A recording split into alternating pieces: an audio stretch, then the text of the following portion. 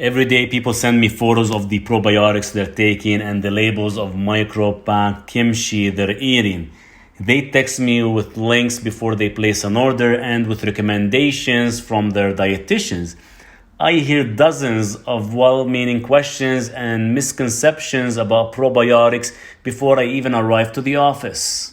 And as a clinical nutritionist, I am committed to improving human health with microbes. And there's so much to consider when getting started with the probiotics, from understanding how probiotics works inside your gastrointestinal tract, to what benefits you can expect and when you might see and feel them.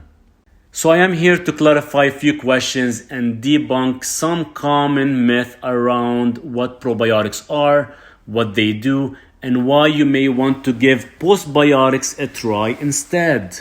So the microbes in your probiotic must be alive in stated quantities at the time you consume them. That means they have to survive through processing, shipping, and the time they sit in their packaging before they are taken by you. And the microbes in a probiotic must be alive, yes, but also an adequate number when administered. The number of microbes in a probiotic dose will be either listed in CFU or AFU. Okay, so let's say you've got your hands on a probiotic that meets all the relevant criteria. So you take it, what happens next? How does a capsule full of living microorganisms set in motion a process that benefits your health? So we first need to clear up common misconception that probiotics have to colonize your gut and alter the composition of your microbiome to be effective. That's not true at all. Probiotics typically don't take up residence in your gut compared to the tens of trillions of microbes already rooted in your intestinal tract. Most probiotics don't contain enough new bacteria to make a significant difference in the composition of your microbiota. So let's just say, even if they did, we don't know enough about the safety of introducing colonizing microbes, and large numbers of newcomers moving in and displacing your existing bacteria could alter the unique balance of your ecosystem within and trigger unintended consequences. Benefits: gut barrier integrity, neurotransmitters, metabolic and immune health. Yet other bacteria produce byproducts like short-chain fatty acid, which have been extensively shown to be beneficial for metabolic and gut immune systems, such as butyrate. And now we're talking about the benefits of probiotics. If you ingest billions of microbes, they help enhance gene expression or create postbiotics. What in it for you? Probiotic strains can impact your health everywhere, from your gastrointestinal tract, to your skin, to your heart. But let's take digestion as an example, since 61% of the population suffer from digestive discomfort. So much of what we do contributes to our digestive health.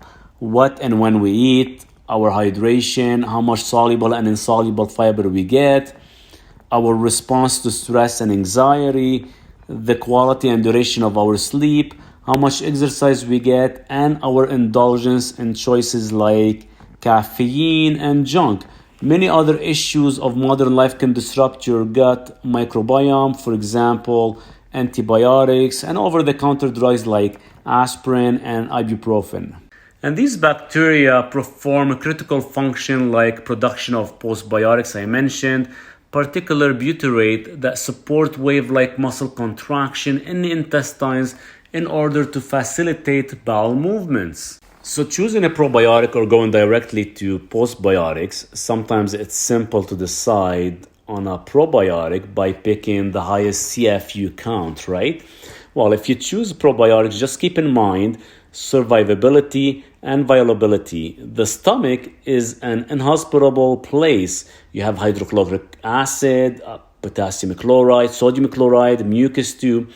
So you can imagine that this destructive environment presents quite an obstacle course for living microbes in our food or dietary supplements, which need to make their way through the stomach and small intestine alive in order to carry out their full range of fermentative functions in the colon.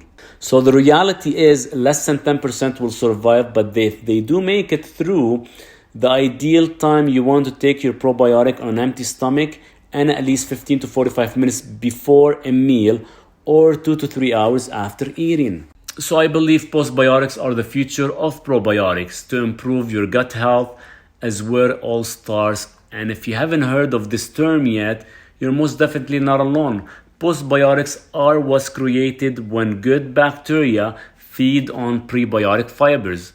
In other words, good bacteria plus prebiotics plus probiotics equal postbiotics. And postbiotics provide the end results, a tributary of healthy gut to provide balance to your gut. There are plenty of gut restoring supplements and probiotics on the market today that promise to restore the balance of your gut. But the survival rate is way too low and not as effective. For more information in regards to postbiotics and the current version I've been using, I currently have the link listed within my bio. Check it out.